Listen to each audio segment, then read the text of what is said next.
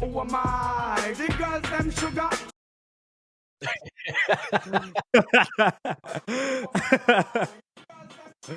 What's good? What's good? We back. Charlamagne, we live? Starting off with the bullshit already. How's it going, man? Welcome to the Who Am I Pod. It's your boy Kev O'Ren. It's your boy CJ. How you doing, bro? Welcome back. You know, new year, new money, new stimulus check. Yeah, we here now. We here. We live, ready to go. So yeah, we just gonna hop right into it. It's a lot of stuff that's happened since our last episode. We're not gonna cover it all, obviously. A mass amount of stuff, but we might mention some stuff here and there of what's been occurring in the last about 3-4 weeks since we had a pod. We did a little vacation. So yeah, we're gonna get right to it. But first, we're gonna start with some music. So I got a couple singles and an album. I gotta give it to King. He sent me about most of the things I'm gonna talk about. So shout out to King for that. But he kept me in the loop. So I'll let you go ahead and start. So I got a lot. So feel free to stop me if I mention one of yours, if we got a similar one. Mm-hmm. The first single I have is Scissor, Good Days. And that song has been on repeat since I've heard it. Like, it came out a couple weeks ago. But Scissor, I think I'm overdue for a Scissor album. Like, I mentioned it back when Summer Walker came and Snow Allegra came a few years back. Like, they really opened that lane for me to where as though, like, I truly do appreciate women R&B a whole lot more. Now, I know for a fact, like, the last Scissor album was a classic. So I'm not that far removed from it. And I know TDE always puts out great bodies of work. But I think with the success of Summer Walker, you can kind of put them in the same lane. I don't want to, like, compare them too much. But I think the success of Summer Walker has set the stage for Scissor to come through with her new album and just totally take over with that. And I think since her last song with Ty Dolla $ign hit different, she 2 for 2. And I mean, this is like great music. Like, it's not just like, oh yeah, that's good. Like, I'm cool. I can't wait for the album. Like, no, like, these are bangers that I can't stop listening to. And I really want her album. So Scissor, Good Days, phenomenal song. Yeah, I got that one on for it too. It definitely feels like it's coming. I don't know when, but it definitely does feel like she's got an album coming out soon. Especially when you get these like filler singles that she's kind of putting out there, and they seem to be so good that it feels like it'd be hard not to follow it up with an album. You see some people trying to get the filler singles out, and they don't really hit like that. They don't really feel like they're being received well. Well, this is the exact opposite. She got the filler singles out there. It seems like everybody's liking them. I like them. I like them both a lot. So it does feel like that album should be coming soon. I think the biggest thing about all these people that's coming out that's interesting is Drake requires a certain amount of time to drop. So you never really want to drop anywhere in his kind of that realm where he's like coming. And we know he's coming soon. We just don't know the exact day. We heard February. We heard it. We don't know. It was a leaked album. It wasn't really an album. We don't know. It's a lot of information coming out on those. But you never really want to drop in that time frame. I think the only person that did, I think Kendrick did maybe 1 year, but he's big enough to do that. But you never really want to drop in those time frames. So I don't know when she's coming. I was hoping it might be next month, but again, with the Drake coming and everything like that, who knows at this point. But definitely good singles, and I think the album is going to come out and smash, especially like you said, right? I mean, it's women's hip-hop, we're going to hip-hop. Women's R&B, we're going to talk about another album a little bit later, Jasmine Sullivan. And it's all fantastic, bro. It's all good music, bro. It's all we could ask for. So shout out to Scissor for that. Absolutely. So I'll keep it moving with another single that I have. This one, my Philly bias is going to be strong in this episode. So this one, love him or hate him, like this PMB Rock featuring King Von with Rose Gold. Now, me personally, I've seen PMB Rock come up the same way I've seen Meek Mill come up. So I'm highly invested in his career. I want him to be successful. But this song right here, I guess it just mean a lot more to me because I think King Von's last interview was on $1 Million Worth of Game with Gilly and Wallow. And he was just talking about like randomly, like, yo, me and PMB got a song coming up. And then PMB Rock just crashed the interview and then they played it. And then you could just see like they had a real vibe. They had a real like brotherhood type of thing. And King Von was always like, he always had a presence in Philly. Like it's been very strong. Like my people in Philly put me on to King Von, like when Crazy Story came out, and it was like, he was really affected by that.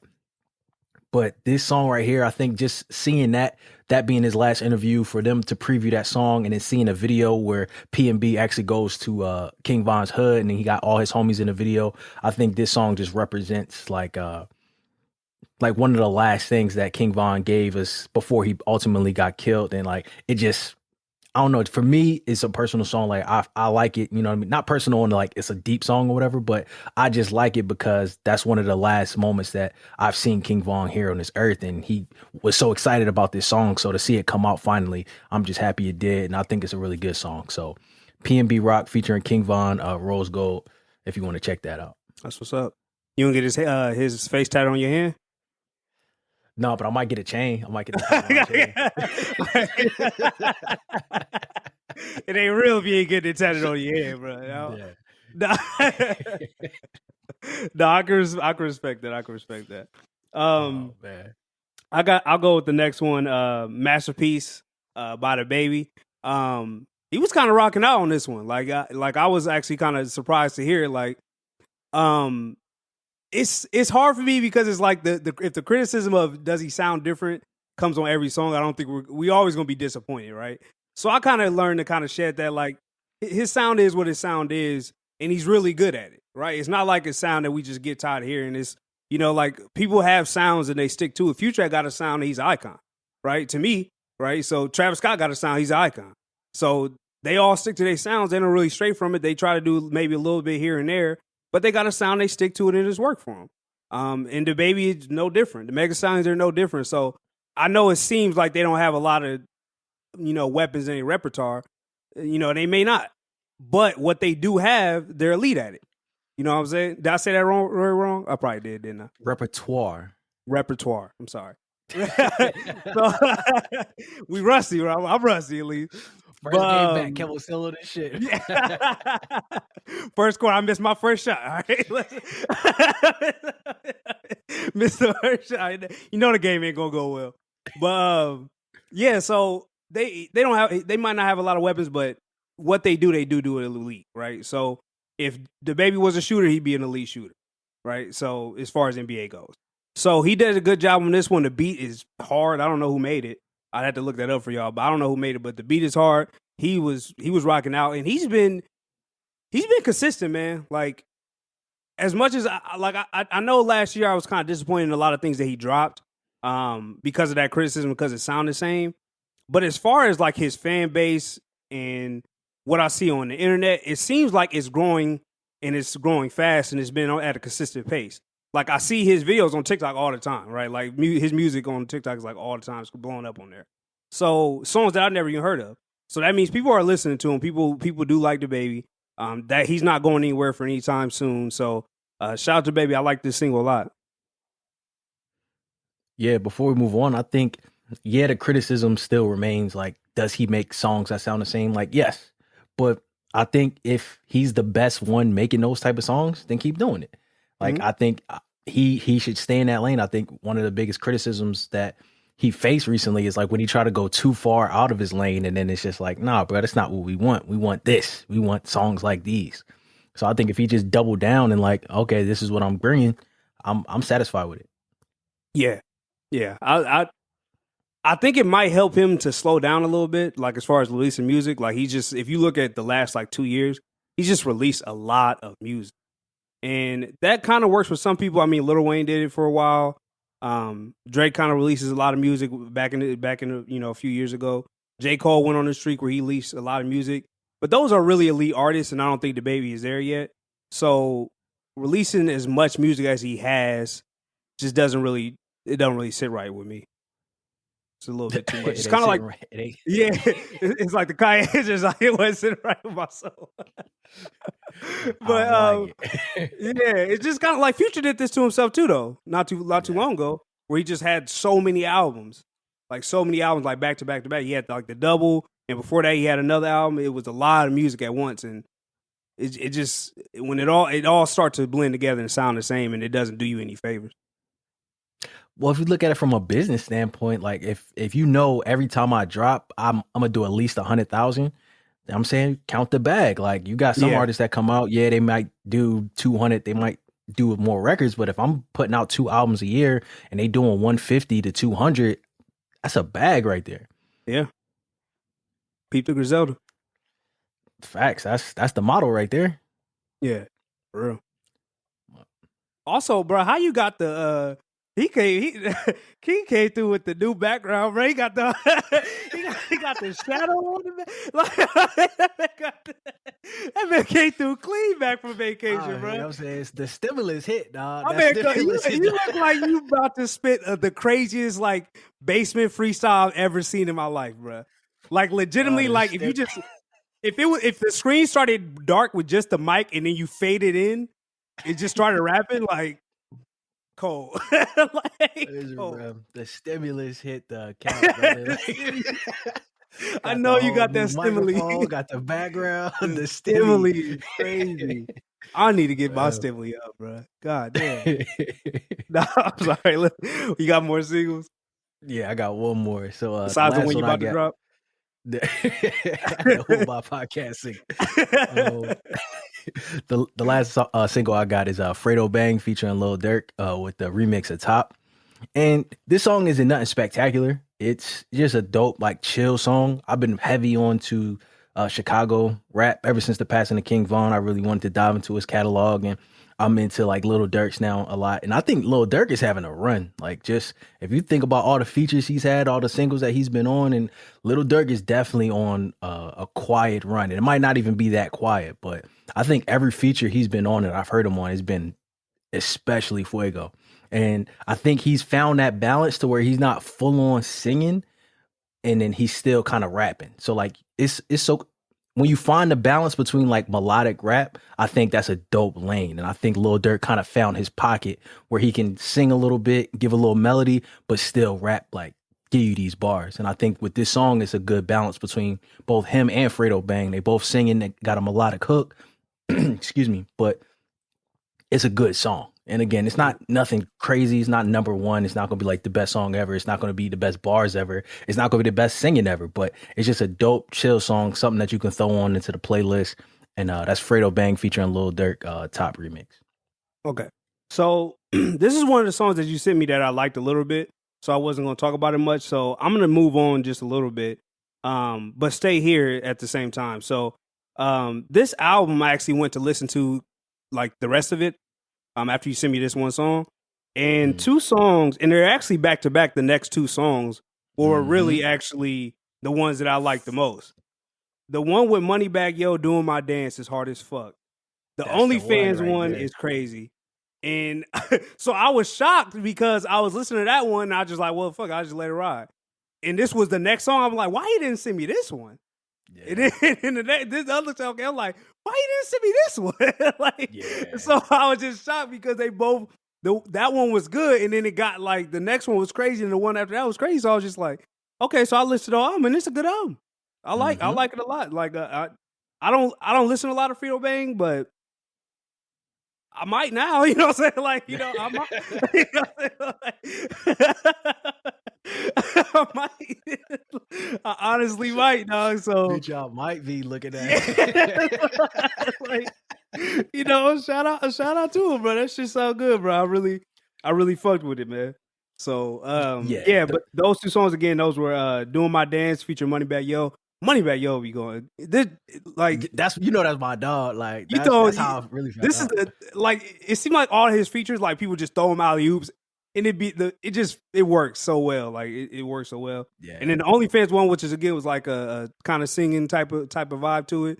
And I didn't expect what it was going to be. And we'll talk about, there's a lot of songs where like there's a lot of people just coming out and I listen to their music. I'm not expecting it to be something. And we're going to talk about the Jasmine Sullivan. Like I didn't expect that from her. I didn't expect this from him either. So like when you listen to the song, you look at the title, they just seem different, and you see the artist and you're like, damn, this song does not fit him, but this works really well. So yeah, shout out to him, man. That's a good project. Yeah, that's definitely one. You know, Moneybagg. You know, anything Moneybagg Yo related, I've listened to it. Yeah, that's a good song right there. You got any more singles before we transition into albums? No, but I do want to say quickly because we didn't get to talk about it on here. Loner by Tory Lanez. I know it came out last year, but it's something I was listening to, especially when I was on vacation a lot, just walking through the airports and stuff like that. the talent's still there, bro. Like, you know what I'm saying? Like, I know, like, the pen is still there. The ability to make a song is still there. Everything is still there. It's unfortunate what happened, but I still feel like I wanted to mention some of the stuff that I was listening to while I've been gone. And outside of really old songs, that was like the most recent album or mixtape, whatever you want to call it, that I've been listening to. And shit, man, shit hard. Shit hard. That's all I gotta say. That's a good one. Yeah. So how many you got? Just the Jasmine Sullivan? Yeah, album? that's the only album. All right, so I'll briefly go through two quick albums, and then we'll do a deep dive on the Jasmine Sullivan one.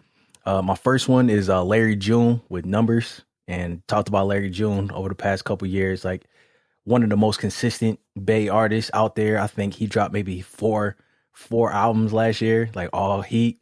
And again, very consistent, kind of like with Griselda, a different sound, but the same formula. Like, you know exactly what a Larry June song is going to sound like. You know exactly what a Larry June album is going to sound like. And this is just more of the same. And it's dope to see him elevate his sound to where he's working with more mainstream artists like Ro James and Dej Loaf. And it just shows like, okay, he's moving up past like his specific niche or whatever. And I really like him because in one song, and I mean in a matter of 20 seconds, he gonna tell you about financial advice and being financially independent. He gonna tell you to drink your smoothies and be healthy and, you know, do all that. And then at the same time, he gonna tell you about pimping hoes and he gonna talk about trapping. And like all within the same song, like, he finds a way to tie all those things together. And I just think that's dope and that's unique from an artist. So Larry June, Numbers, that's a dope project. And then my last, before we get into Jasmine Sullivan, is Ransom with Crime Scenes. So all last year, Ransom has been putting out these director's cut EPs with a producer called named Nicholas Craven, and they were all fire. And Ransom is actually an older rapper. He came out with Joe Budden way back in the day. And I remember back in the day, he had beef with Joe Budden, and one of his lines that he says, "I'ma rip buttons like fat niggas in small shirts."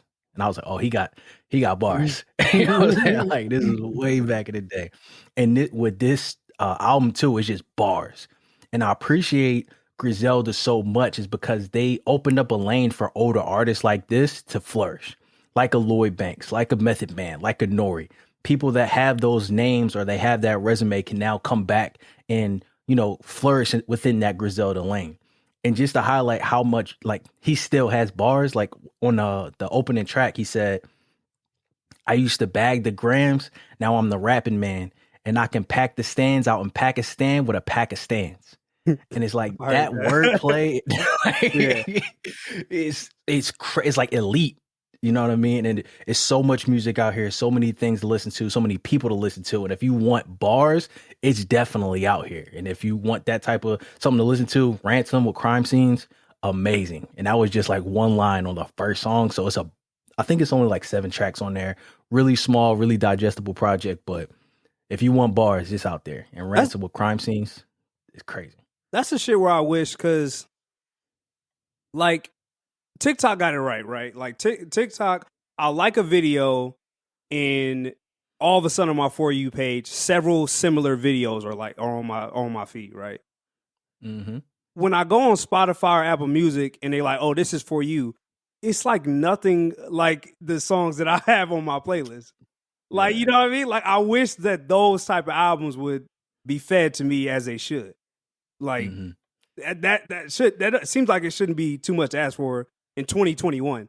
Like, you know what I'm saying? Like, it don't seem like too much to ask for. If I put a heart on this song, I put a heart on this album, similar albums should start coming to me. Like, that seems simple. Don't send me, I don't want to like this album, and then next thing I know, hey, Taylor Swift is out. This is for you. Ariana Grande, this is for you. This is not for me. This is not for me. not even a little bit, dog. Don't even send that this way. So I just wish it would be that way, but who am I? That's what we here for, man. That's what the Who About podcast is here for you. Oh God. All right. Well, let's get into it, man. Let's get into the Jasmine Sullivan, the hotels, man. Whew. This shit tough, bro. This shit tough. You know what's crazy about this one is that she didn't even really I don't really feel like probably till song 5. All the songs before that, she kind of, was playing around like she was singing, but she wasn't really like giving her the vocal, the shit that you really, you know her for. And it still was like, even through those first 2 songs, like, nah, she's still one of the best vocalists out right now, top 5 right now. Like, you know what I'm saying? Like, that's all you can say. Like, just going light, just going easy on the first couple songs. Then you get to put it down and own it. like, for one, I wasn't expecting this type of album from her because nothing about her says ho. Like, you know what I mean? Like, and maybe that's as it is. Maybe it's cap. That's what I thought. Like, maybe it's just cap and she just wanted to try out another song because nothing about the woman that made Need You Bad says it. Like, like, so I don't know. Maybe it is, maybe it's not. But whatever the case is, it released a good album. And so when on it specifically, when I was listening to it, I was just thinking like, this got to be the nastiest but best sung freaky song I've ever heard in my life. Like, it's literally vulgar, almost as WAP. Like, you know what I'm saying? Like, it's a vulgar song when you actually listening to it and what she spitting on it and sitting on it and she's saying some nasty shit, but she's singing it in one of the most classiest ways. It's the way I don't understand it. It's one of the most craziest things. I listened to all that and I'm still thinking like, man, she still ain't really came out and blew though. Like, you know what I mean? She ain't really let loose with the lungs like I thought she might. Then I got to the last song with her. And her started off the song and it was really cool. It was a good song. She came on midway and started blowing. It started going crazy though. And she was talking that shit. And I ain't even a female. Like, I shouldn't even be in her lane. I know, but goddamn, like, when you sing it this well, like, I'm like, yeah, I understand. Like, you know what I'm saying? Like, the first thing she said coming on there is, like, y'all niggas be making me mad and then act like y'all don't know why y'all made us mad or something crazy like that. I was like, nah. Nah. When you singing it this convincingly, who am I to say? You know, so, but needless to say, like I said, through all that, this album is really good. Like this is probably one of my favorite Jasmine Sullivan albums, which is I know sounds crazy right now, but really listen to it if you one of her fans and you people that just like people that can sing, because it's something about people that can sing that's kind of just impressive to listen to, especially when you can't sing yourself, like, and you can just see how they can hit different ranges and they can go here and they can go there and they can switch the voice up like this. It's like shit like that. Like, shit, I be struggling speaking for more than 5 minutes. Like, y'all be singing, going crazy in the studios for hours. Like, y'all vocal cords is amazing. So if y'all like that, if y'all like just vocalists, like, you don't get all of what you think you would from Jasmine Sullivan, but you get different levels that you might have never seen from her. And that's impressive to me at the stage of her career she's in. And it's only 32 minutes, by the way. Yeah, I know you love that, bro.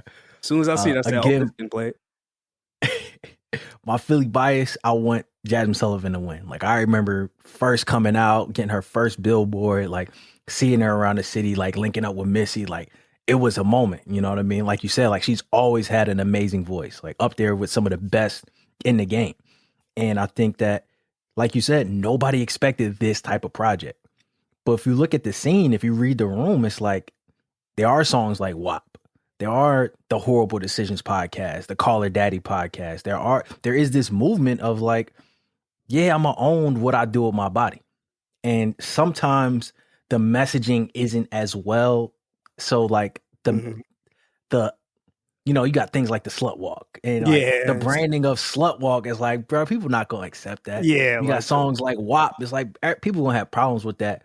But when you get something creative, like even the title, Hotels, and how it's spelled and how it could be one word, it could be two words, but like it's so creative, it makes you think. And when you listen to what she's saying, yes, it's vulgar, but it's so honest, it's so real. And like you said, even though we can't relate to it as men, I can understand it because she's coming from a real place.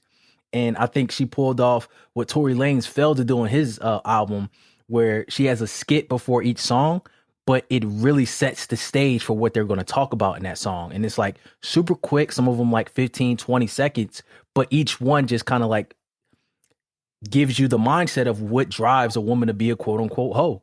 And it's like, why do we make these type of decisions? And it's like, because of this. This is where my mind was. And I think the best example of that was the I think it was Amanda's Tale, the one right before the song with her. And yeah, it's okay to be a hoe, so to speak. It's okay to own that. It's okay to be who you are, like by all means. But I think what some people get pushback is like when you're not being given the full picture. It's like, yeah, you can be a hoe, you can like that, but it's going to be consequences that come with that. And oftentimes you either get one side or the other. And I think throughout the whole project, Jasmine gave you like, yes, I like being a hoe, or boom, I cheated on my girl and I lost her type of thing. Like she's giving you so much. And then that Amanda's Tale, she was talking about the insecurity of being a hoe. Like, I feel inadequate by looking at these Instagram models and knowing that I'm not good enough for somebody. And that makes me feel insecure. That makes me feel like lonely and hurtful. And it's like, I can relate to that. I can understand that. And I can see how that type of mentality can lead you to want to be a hoe. And again, it's not justifying it or it's not condemning it. It's just a real, raw, honest take on something that, you know, we've been given in so many different ways, but we haven't been given a full picture like this. So I agree, this project, and it's only an EP, which is crazy because it has features on there like her, Anderson .Paak, and Ari Lennox. But these are just like, yeah, we'll put something out. Like the album's still coming. It's like, this is an amazing project to start the year off. Yeah, man. Like it's hard not to understand where she coming from, what she's saying, and how I'm sure some other women feel as well. So it was a good explanation for me. Like that's what I could say. It's a good explanation for me as to why somebody would want to live that type of lifestyle. So I appreciated it a lot. Again, kind of like I was saying with Griselda, it's dope to see. Like she's an older artist. Like, bro, I bust the windows out your car. Like, I want you bad. Like all that. That's way back in the day, bro. So to see her. So to see, like, if you watch her Tiny Desk performance, like she still looks amazing, sounds amazing, and to see her put out this body of work in a new age, it's like, that's really greatness. So you gotta have to pay respect to an artist that can do that, because we know so many artists that come out, get a little buzz, and then we never see them or hear from them again. And if we do, they nowhere close to what they used to be. And like, this is, you know, I have this standing the test of time. Like towards the end of the year, something we'll be talking about as a project of the year. Oh and yeah, it's dope to see that she pulled that out this late in her career. Yeah, and we're gonna. I mean, this female R&B wave does not seem to be stopping anytime soon. It's only getting stronger from unfamiliar faces. Not really unfamiliar, but faces we ain't really seen. Yeah, unexpected faces. Like just they just coming, bro. Like it seemed like every year there's been somebody new for me. Not new to the game, but new for me. Like Kiana Ledé, I had no idea she was before 2020 came along. Right before that, it was Summer Walker. Like before that, it was Scissor or whoever it was. Like every year, it just seemed like there's a new one. It's just like, damn, all of them good. Like you know, they're like all of them good. They all can blow. They all know their strengths and weaknesses very, very well. They all got a sound. Some of their sound is kind of similar, but they're different in their own way. It's beautiful. It's a beautiful thing to see, really, and I love it. I need that R&B. But we actually gonna get into this. This will take us to our next topic kind of well. So we're gonna talk about Danny Lay and Yellowbone apparently. So you might have to explain this one to me a little bit. I did research it. I just guess I don't really see the issue, but I'm not. Again, this is one of those things. I'm gonna try to stay out of it. I ain't really, I'm not a woman. I don't.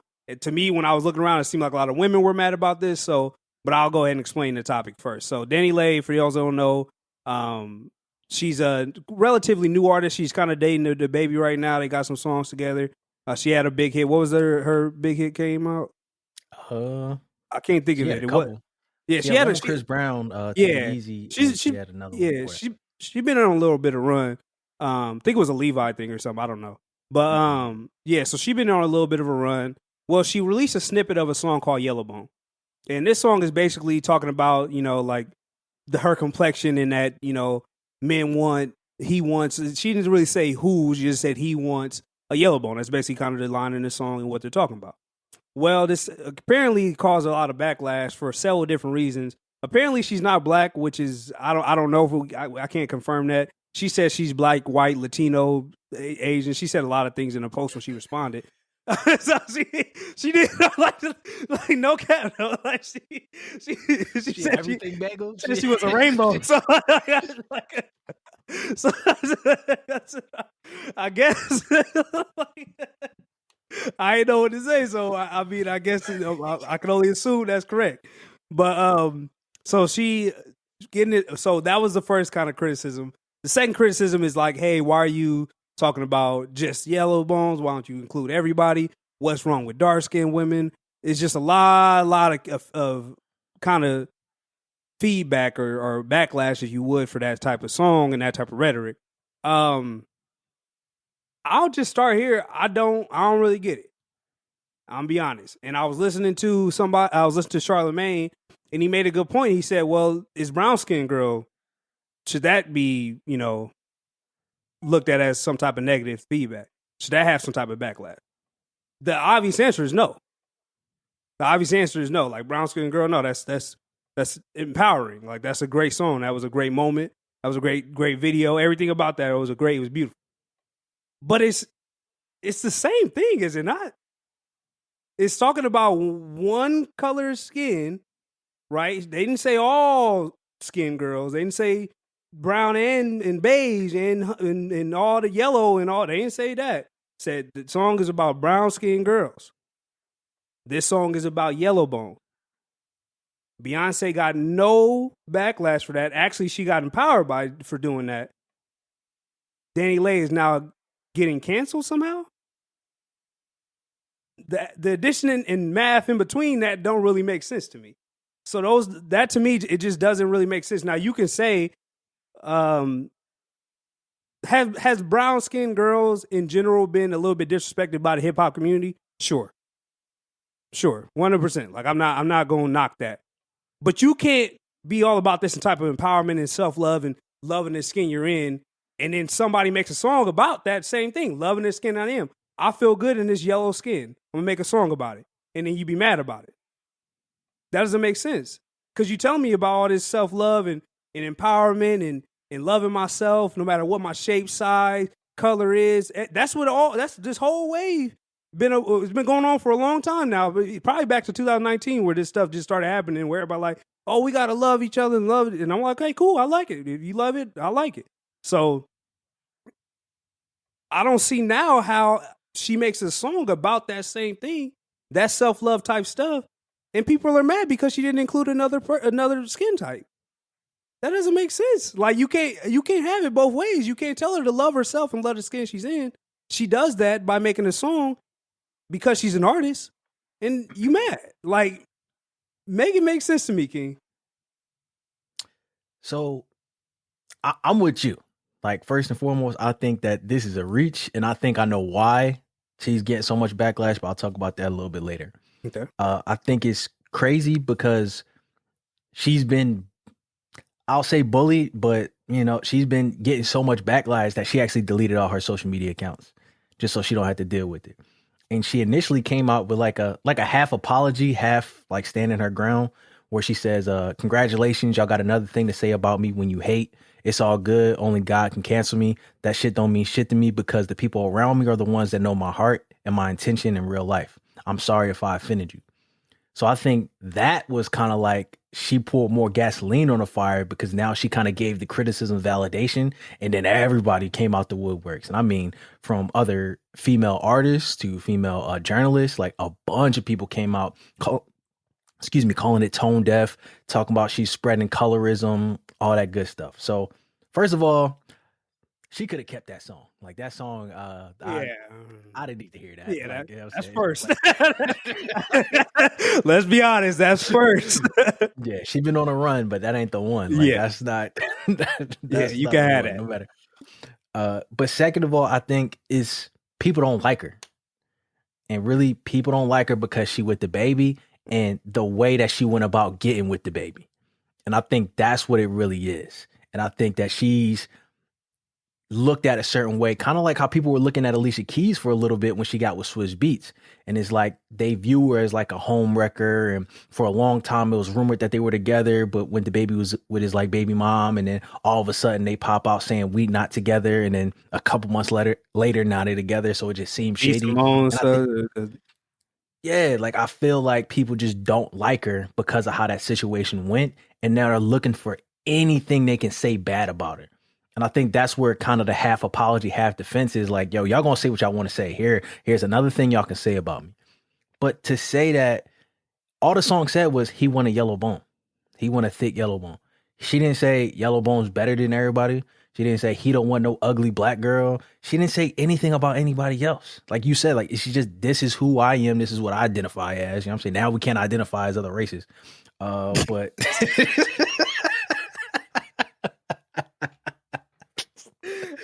Tom Hanks, what's his name? The Jamaicans. Chill out, bro. Chill out. But she was like, yo, this is me. Like, you know what I'm saying? This is me. Like, I'm just celebrating me. And for them to say that's colorism, it's just a reach, bro. Yeah. And I think we as a culture, we as a community, we have to stop going at people for these, you know, these moral things like, oh, I'm going to stand for rights. I'm going to stand for what's right, whatever. Because when you call this colorism, you neglect real colorism. It's like the boy that cried wolf is like, every time you call out some BS, when some real colorism goes down, now you don't have as much of a platform. Now there isn't as much of a rallying cry against it because now everything colorism. Okay. You thought Danny Lay was colorism, but now you think this is the same. And it's like, you invalidate the real claims of colorism when you do stuff like this. And I think that this is a reach just because I don't think they like this person. They don't like who she's with and they don't like the whole situation, how it came about. I think that some people that I really respect are wrong in this. Like I love Chica. But when I saw her like going at her, it's like, come on, man. Like this ain't the one. This is not the hill we die on. Because if you really want to look at it, like you said, it's 10, 15, 20, 30 years of way worse lyrics from some of our favorite artists that say things to this effect, but are way worse. You know what I mean? And it's like, if we want to go down that rabbit hole, we might as well tear the whole culture apart. So they just pick and choose this off of a snippet of a song that don't come out. It hasn't came out yet. It's not even a good song. I hope it never comes out. like low key. What are we doing here, bro? Yeah, man.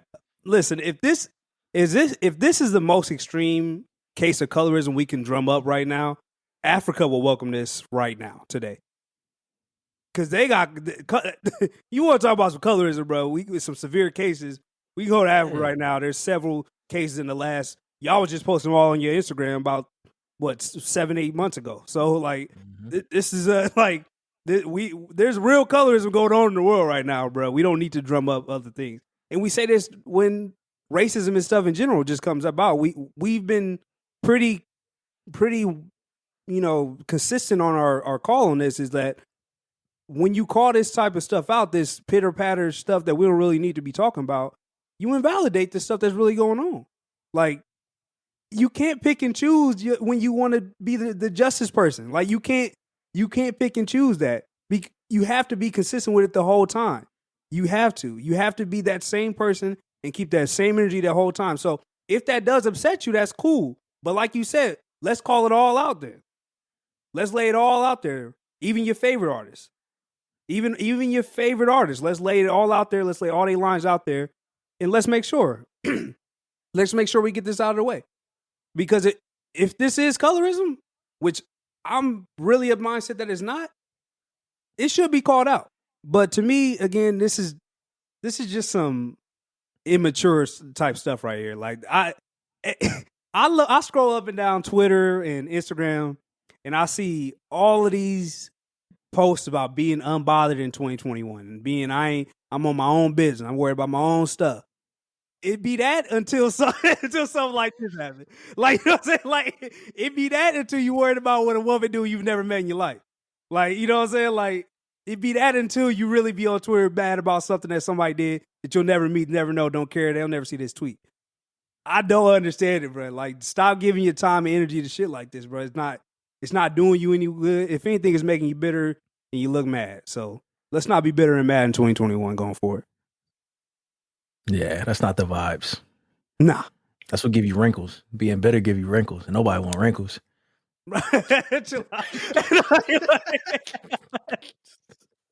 Nobody want wrinkles. Get the fuck out of here. I'm trying to be as unbothered as Bernie Sanders was at the inauguration. That's the level of unbothered I want to be. Bro. that is unbothered goals right there, bro. Homie was chilling, bro. The funniest thing that was on that for me was I think Shade Room posted it, and it was like one thing about George Bush is he gonna find Michelle Obama. Yeah. It was just a bunch of slideshow. It was just he'd be happy as shit talking to her. Dog. Like, he'd be happy as shit. Thanks. But politics is so funny to me because George Bush was like a demon. Like, when I recall, like, you know what I'm saying? Like, George Bush was a fucking evil incarnation of the devil himself. Like, you know what I'm saying? Like, you couldn't just say, like, back when, and this was before I was even really into politics. I couldn't even vote when he was president. So it's wild to me now to see how buddy like people are with George Bush now. And politics is nasty, bro. Because next, the president next, Joe Biden is already going to be a demon. The person after him is going to be a devil to somebody, and it's just going to continue on. But I think the next Republican president, they're going to try to convince him that he's worse than Trump. Like, so we'll never win, right? Like, when I look at that stuff, like I said, it makes me realize how immature we are here in America. Just childish, like, just blatantly childish. Like, even the fact that, I know we talked about this a while ago. We talked about Donald Trump not being at the inauguration, right? It's obvious that he wasn't going to be there. But it's childish that he's not going to be there, right? Like, it's kind of childish that he's not going to be there. Like, Obama hated your guts. He was there, right? Nobody wants to lose an election. Nobody wants to lose anything in life. But they buckle up and they say, cool, like, he remind me of the kid that was slapped the shit out of that dude at the wrestling tournament. Like, you heard that little clip? I'm going to post that right. I'll put it right here in the video. With the Twisted Tea. I thought she was going to say the Twisted Tea. No, bro. No, bro. Like, that shit got me weak, bro. But that shit just made me bad. And then I was just thinking, like, the whole thing about, like, Ivanka not showing Jill the White House, like, everybody, the first lady's supposed to get the next first lady a tour and everything like that. And just be an adult about shit. Just basic human things. Like, you don't have to like a person. You don't have to do any of this. Like, I shouldn't have to tell grown ass 50, 60, 70-year-old people to be adults about things. And that's what we got running our country. I don't really like that type of shit, bro. I don't really like it.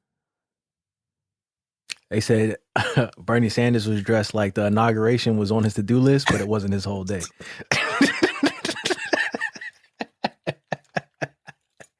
Bro, I'm done.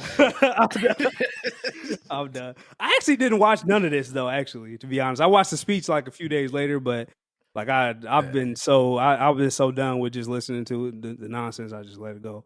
But one thing I did hear about was your boy Trump was giving get out of jail free cards like he was on Monopoly. Like, that man said, you get a party, you get a party, you get a party. To his credit, there were a lot of people that should never been in jail anyway that was on that list. There's a very, very long list. I'm not sure how many people on here. I was scrolling through it earlier. I was trying to count. But do you know the exact number? I mean, these names never stop. I've seen conflicting reports, but it's somewhere in the ballpark of 143, 144 people that was either pardoned or they had their sentences commuted. Bro, is that like, that has to be like a big number? Like, nah, that's about average. Really? Yeah, because I know this is common. Like, I know it's common. I just thought that seems like a lot. I think it's uncommon that he did it all like within the last hours of his presidency. Yeah, like this was like the last second, like step back three, like all right, whatever. Everybody get fade away as he walked out the door. Like, it's like, let me get one shot. Like, it's like D-Wade when he hit that fade away, he just ran off the court. Yeah. That was love, bro. Like, it's love. Like, it's all love. I like seeing people get out. Like, now he did hide a lot of these. There were some big names in there that he hid that was kind of shady. That was his people that supported him. But if you was in that position, you'd get the homies out, right? Like, you know what I'm saying? Like, if you was in that position, tell me you wouldn't get the homies out. That's cap. That's literally, you know what I'm saying? Like, yeah, come on. That's cap. You say you wouldn't. It's cap. You say you wouldn't. But that's gonna be our next topic. We just kind of wanted to talk about it a little bit. Obviously, the biggest one for a podcast like this would be Lil Wayne. He got pardoned as well for, I'm guessing, a gun charge. I don't even know at this point. Lil Wayne got so much shit going on. I don't really know, but I'm assuming it was a gun charge. Big deal for Lil Wayne. That is cool. Listen, man. Here, I pose a question. Say you knew this was happening. You knew this could happen if you gave the pledge. So say they gave him that. Say they gave Lil Wayne the A. Come over here during the election. You know, show love, do this, and I'm gonna get you off. I'm gonna get you with the party, right? Now I know that didn't happen because the gun charge came after we actually seen Lil Wayne with Donald Trump. So that didn't happen. But if that was the case, would you have do it? Yes. 100%. Yeah. 1,000%. Although the charges came afterwards, like the arrest was over a year ago. Mm. So it was only a matter of time before the charges came. Right. And they said he met with Donald Trump and they spoke for like an hour and they was talking about like where they came from, how they grew up, all these other things. And then he see him with the sweater, with the, you know what I'm saying, the best time to wear a striped sweater. He pulled up with the sweater like, yo, the homie, vote for the homie. And now he got the pardon. I don't want to step on your point if you had another point, but that's how we should be involved in politics, bruh. It don't matter who's in charge. Snoop Dogg went to the president and petitioned on behalf of an early financer of Death Row Records, and he got pardoned. Snoop Dogg has been one of the most outspoken person against this administration, but even he knows, like, hey, bro, you can bring home the homie, right? Hey, bring home the homie. And the homie is home. You know what I'm saying? So it's like people have been reaching out on social media and through like the official forum to get Kodak Black out. Guess who home? Kodak Black. So it's like this whole like, oh, I hate you because your political party is different than mine, or I don't da. Hey, this person, when it comes to very limited things, when it comes to pardon power, they have that ability. And like you said, I can let the homies out and I can let your homies out. So what we doing? Hey, if you can bring the homie home, if it's on federal charges, you know what I mean? They can't commute like the lower level, but if it's federal charges, hey, help the homie out. And I respect that. I respect, like, all right, bet I might not agree with you. I might not like you. I've been against you for this past 4 years, but before you leave office, yo, do what's right. And for a lot of people, you know, he did that. For some people, you know, it's questionable whether they should have, you know what I'm saying? They should have got that. But, you know, when a person is in that office, they can do that. But I think that this should be a message, like, as we engage in politics, and it's an article right now, quick plug, thewhoamipodcast.com. I wrote an article or a blog on there talking about now is not the time to just sit back and relax. Okay, he's gone. I don't have to be involved in politics. Now is actually the time to double down, because we've been doing all this stuff. We've been making so much progress to the point where our voices have been heard around the world. Now we have somebody sitting in this seat that claims to be on the same side as us, that claims to want to make the changes that we've been calling for. So now is the time to keep that same energy. And if we were able to get that done with an administration that went against us, we should definitely apply that same pressure and hold accountable the people that say they're with us. Without question. And I think that this is a demonstration, because a lot of people that but the culture asked for to get pardoned, they didn't get pardoned. So let's apply that pressure and say, okay, Joe Biden, we want you to pardon this person, or we want you to commute the sentence of this person. You know what I mean? Because I was disappointed that Joe Exotic didn't get the pardon. Like, my man had the limo, man was ready, the hair and makeup ready. He was ready, dog. And I had the song playing and everything. Free my dog Joe Exotic. And, you know what I'm saying? He's still in the big, man. Free the real, dog. You know what I'm saying? Like, dog, you gotta apply the pressure, man. Yeah, man. Listen, this made me feel, because when I looked through that list and I was reading through it a lot earlier, and there were a lot of people that, because of that 1994 crime bill, like they you know what I'm saying, like the one that Joe Biden signed off of, like they were still in jail because of the results of that. Like Donald Trump let some of those people out. Like Joe Biden, you got to rewrite that. You got to write that wrong. Like that should be your one thing that you owe black people, that because you destroyed our communities with that. Destroyed them. It is completely on you at this position right now for you to actually fix that. Like you got to do that. That should be all this. You signed a bunch of bullshit. I was looking through. You signed a bunch of executive orders, about 10 or 15 of them. A bunch of bullshit to me. That this is the one thing that you need to make sure you do within the next 4 years. Because I can guarantee you, if you do not treat black people right, you will not have another 4 years. The time for that is over. It's over. We've helped you way too much in the past. Way too much in the past. It is over for you if you cannot do that. If you cannot do something to help black people, I'm sorry to say it, but you will not have another 4 years, I can guarantee. So, who am I? Yeah, because we voting Kanye next time. Bro, shit, man. I'm well, LeBron, bro. Oh, you not rocking with the birthday party? I'm Okay. I'm writing in my own part. The Who Am I party in, bro. Right, they had all type of shit on there, bro. Fuck it. Dog, yeah. Because, I mean, boy, did black people come and show out in this election.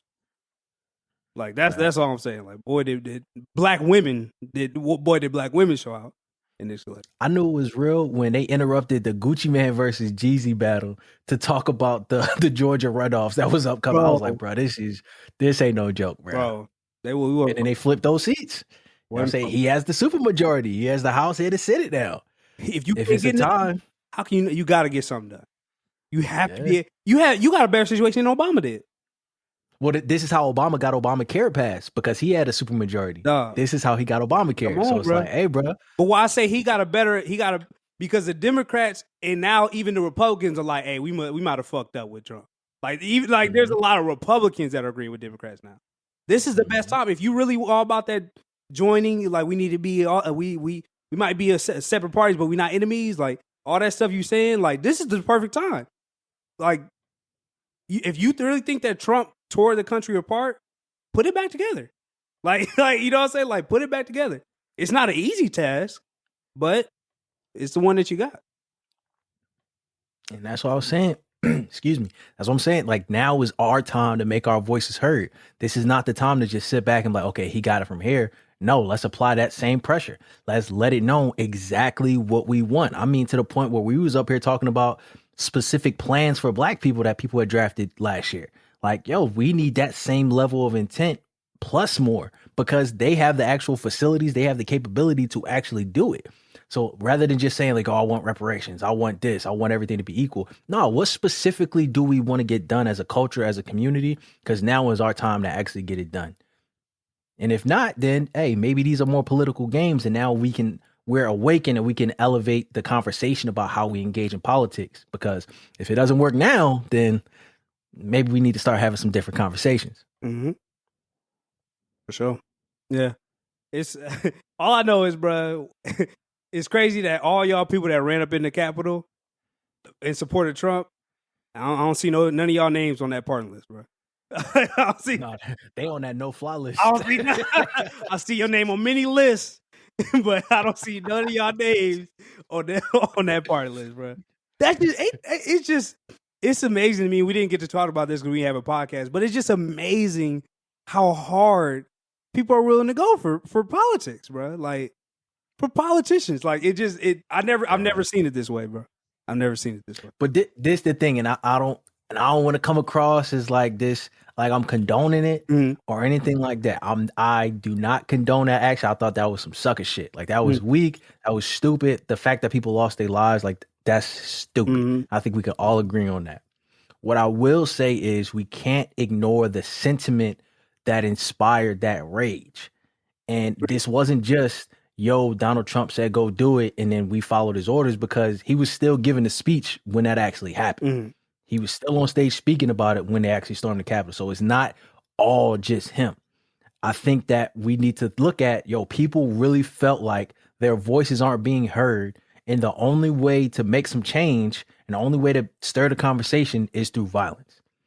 And we can say that about both political parties within the past few years. We have been driven to the point where we feel unheard. And the only way to make you hear me is to burn something down, or is to, invade this government building, because there have been police stations invaded. There have been courthouses invaded. There Capitol's been invaded. So I don't want to say either side is right or wrong, but just if we can see the commonality in both people having that frustration of nobody hears me. And if I can't be heard at this level where I'm voting for the people that run the country, what else am I to do? And again, I'm not saying that was right.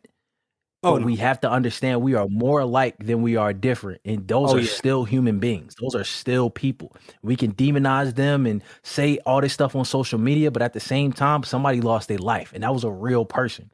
Regardless of who they supported politically, regardless of how they feel about who you like, that's still a person.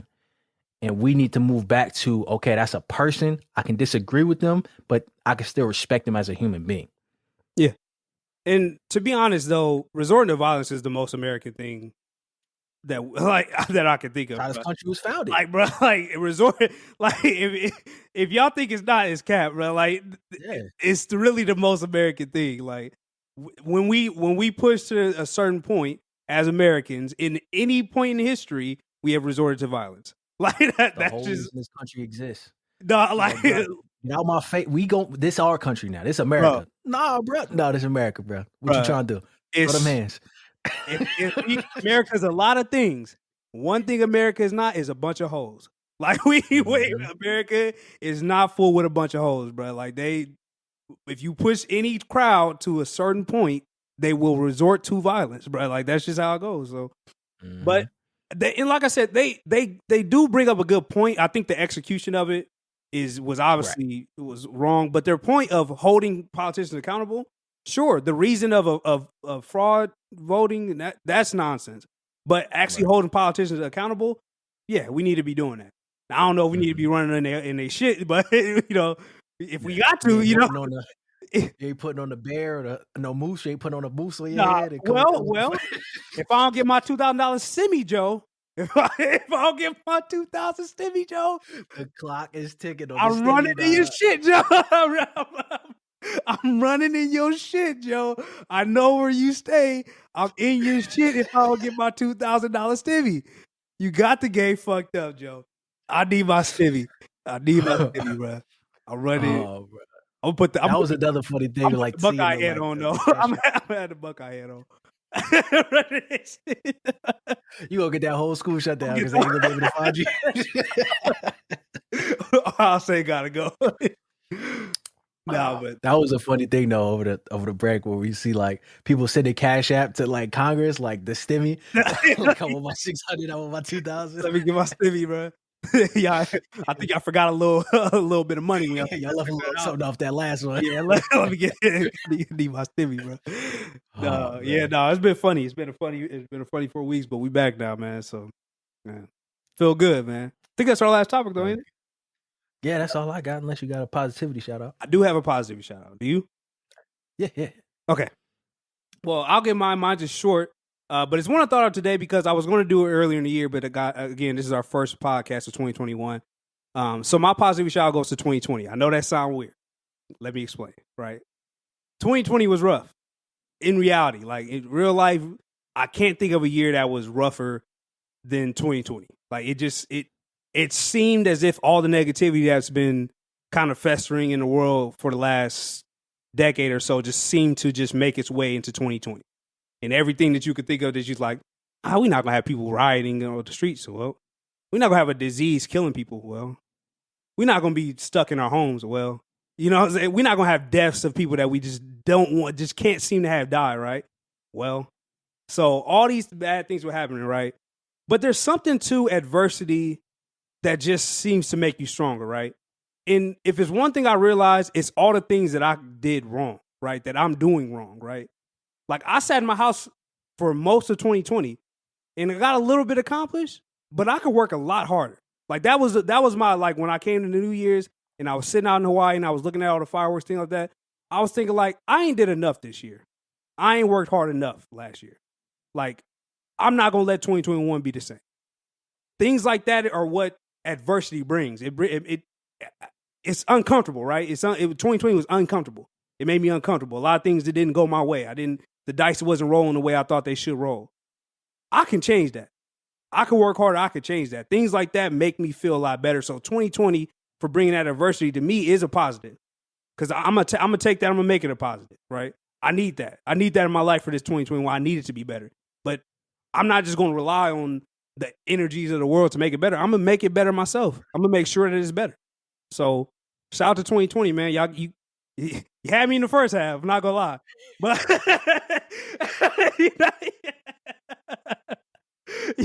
in the first half, I'm not gonna lie, but at the same time, I appreciate that ass whooping, man. I need that kick in the ass to make sure. Hey, this year I'm on my shit. This year I gotta get the grind going, man. All this time I spent at home, all this time I'm spending doing this and that. I wasn't traveling. I should have been spending doing something more productive. I did have a great year with the pod. We do appreciate y'all here, but I do want to say I can work harder, and we will be better as well going into 2021. Damn, bro, you got a round of applause for that. That was a word right there. That was a word. Let me get a little.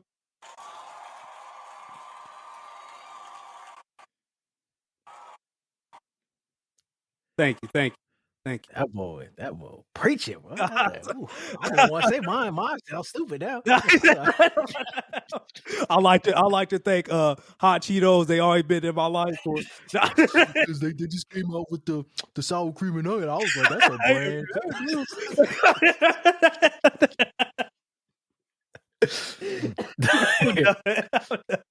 brand. So I'll keep mine short because I got nothing on that. I actually wanted to shout out the team of Bernie Sanders, low key. And granted, and I'll be completely honest, I do not support 99.9% of Bernie Sanders' political ideologies, his theories, his plans. That's not me. I like his personality, I like his energy, and I like that he stands on what he believes in, but my views don't align with his views. But I'm like I mentioned earlier in the podcast, like he's literally gone viral. Like pretty much less and less people are talking about the inauguration, and more people are talking about the image of him just sitting in the chair. Like hilarious. And I think in less than 24 hours, his team put together a campaign where you can buy a shirt with that image on it, and then all the proceeds go to charity. And I think that demonstration is so dope because far too many times in our culture, we go viral, or we have a great idea and we wait for somebody else to come in and validate us, or we wait for somebody else to come in and offer us something. And ultimately we have a little run, but then we're not able to capitalize on it. Within 24 hours, they were able to figure out not only a way to capture the moment, but then monetize it. And not only just monetize it for themselves, but to give that money to a good cause. Because if this is going to be a moment that we're responsible for, we can at least take a portion of this and dedicate it to our cause. And there are so many people that go viral off gifts, off videos, off totally different things on the internet. And if they can follow this model, and you don't have to donate the money to charity. You can put that money in a Black-owned bank. You can put that money back into your craft and reinvest it in yourself. You can put that money and do whatever you want to do with it. But just a demonstration of capitalizing on your moment, owning that, and then figuring out how to way to do something with it. I respect that demonstration. And again, like I talked about with the politics, I don't have to agree with you. I don't have to like you in order to recognize when you do something well. And I think that was a demonstration of doing something well, capitalizing on the moment. Oh, yeah. So shout out to his team for that. That's just smart. Good business moves right there. Yeah. Something we can learn from. Just everybody in general. Like, just like that's one thing I did do a lot of 2020 is just peeping how people moved.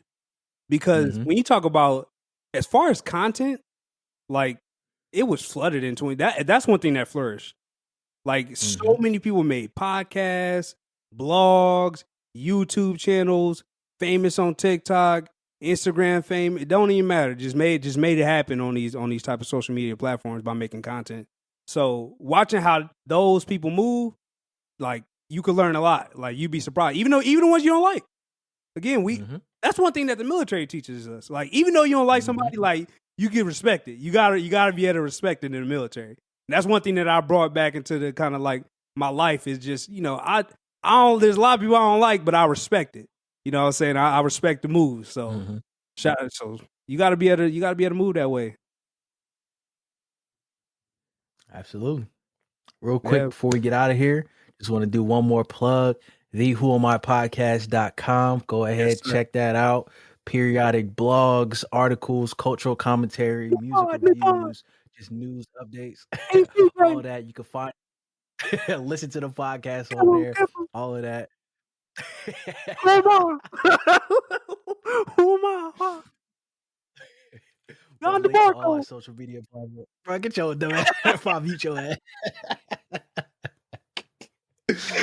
Well, all the links to all our social media accounts. If you want to email us to collaborate, get on the podcast, you could do that through there as well. It's just getting started, so it is very bare right now. But if you can, go ahead, check it out. Support us in that way. We do appreciate it. None of this would be possible without y'all. So we just, like Kevo said earlier, we trying to do better in this new year. Bring more, show you that we appreciate you, but continue to upgrade, continue to level up, continue to bring you more content. So thank you for that, and we would appreciate it if you check out the website. Hell yeah, man. 2020 did bring Macs and microphones for the pod. Just saying. So 2021, I don't know. You already got a shadow background. I don't really, you know what I mean? Like when we get off, you gonna fade into the darkness. Like I low key stormed the Capitol building, and I'm just stuck in a room. Smart. You're loyal. I'm low key still there.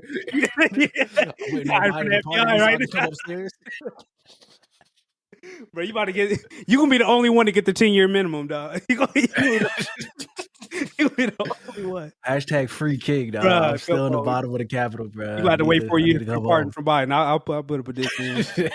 Bruh. Nah, but yeah, man, we appreciate y'all for tuning in, man. You got anything else? Nah, that's it, man. Thanks for tuning in. Sure. That's Who Am I Pod. We out. Who am I? The girls them sugar.